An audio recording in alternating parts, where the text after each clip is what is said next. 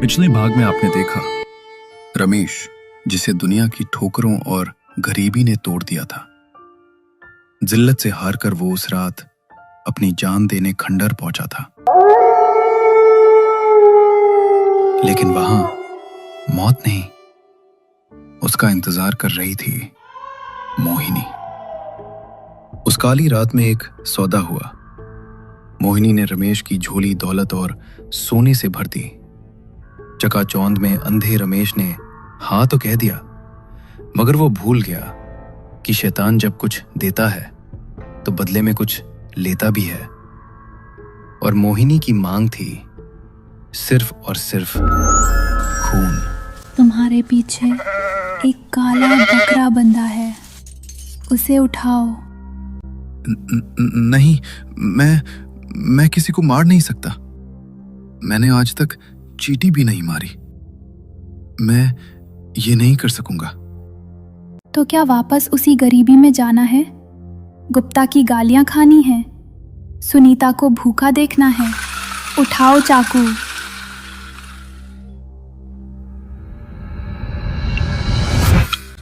मुझे माफ करना।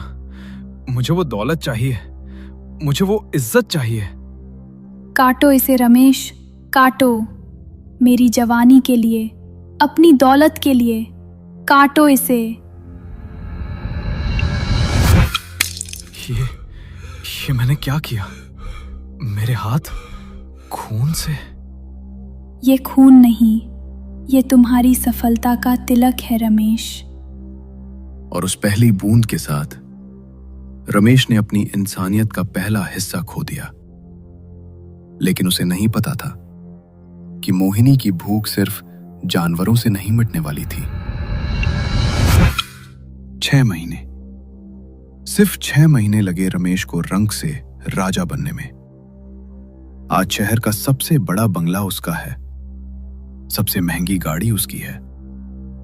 लेकिन उस दौलत के साथ साथ उसके अंदर का वो सीधा सादा रमेश कहीं मर चुका है। ओए वेटर, इधर आ। जी सर। ये क्या है? मैंने कहा था ना मेरे विस्की में बर्फ नहीं होनी चाहिए। तुझे पता है ये सूट कितने का है? तेरी पूरी खानदान की कमाई से महंगा है। साफ कर इसे, अपनी शर्ट से साफ कर।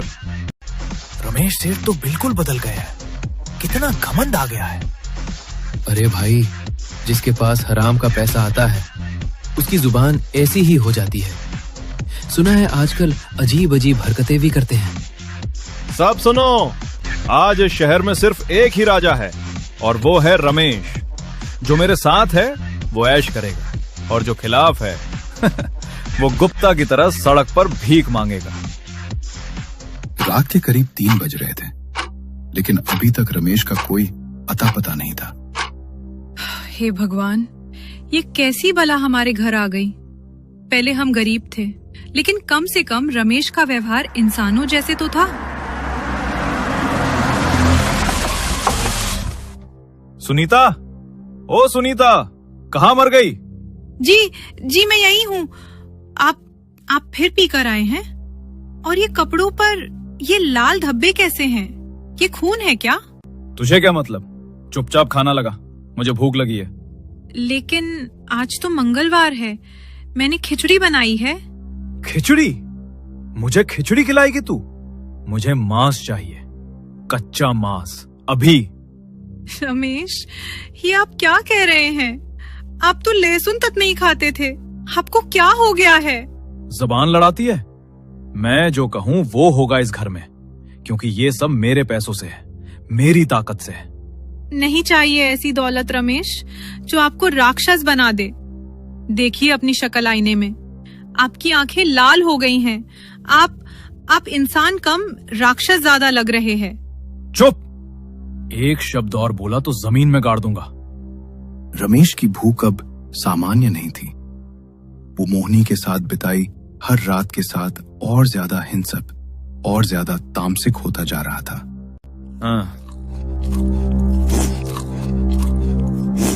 हे माई, ये कच्चा मटन खा रहे हैं? यही है असली स्वाद। मेरी मोहिनी सही कहती है, असली ताकत खून में होती है।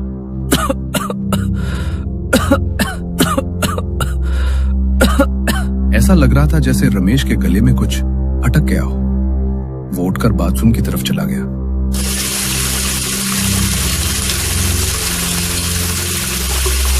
क्या हो रहा है मुझे? पेट में जलन हो रही है। और ये गले पर निशान कैसा है? कौन है? मुझे ऐसा क्यों लग रहा है कि कोई मुझे देख रहा है?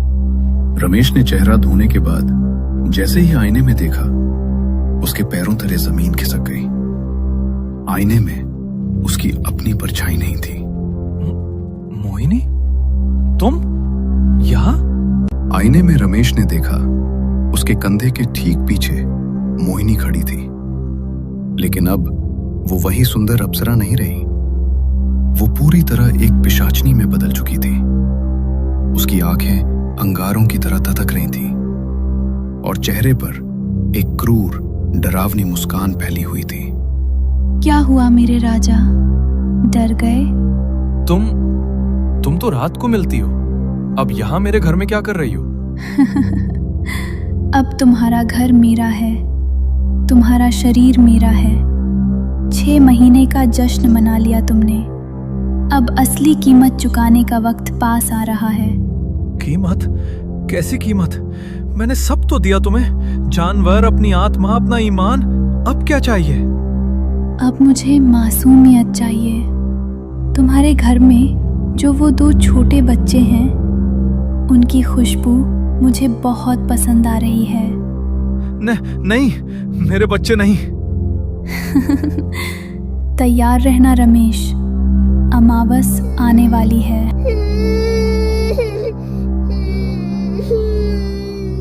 राजू? अमावस करीब आ रही थी और रमेश के घर का माहौल अब किसी कब्रिस्तान जैसा हो गया था। हवा में एक अजीब सी सड़ांध थी जो इत्र की महक से भी नहीं छिप रही थी। ये बदबू कहाँ से आ रही है? पूरा घर फिनाइल से धो दिया, फिर भी जैसे कोई मरा हुआ जानवर कहीं सड़ रहा हो। सुनीता, पानी। आ रही हूँ। रात भर तो शराब और तमाशा चलता है, अब पानी मांग रहे हैं। हे भगवान, रमेश, आपका शरीर इतना गर्म क्यों है? और ये आपकी पीठ पर खरोंच के निशान कैसे हैं? मत मारो, मुझे मत मारो।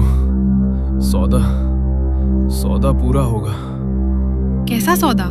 रमेश, उठिए, आप नींद में क्या बक रहे हो? दूर रह, मेरे पास मत आ। वो मुझे देख रही है। कौन देख रहा है?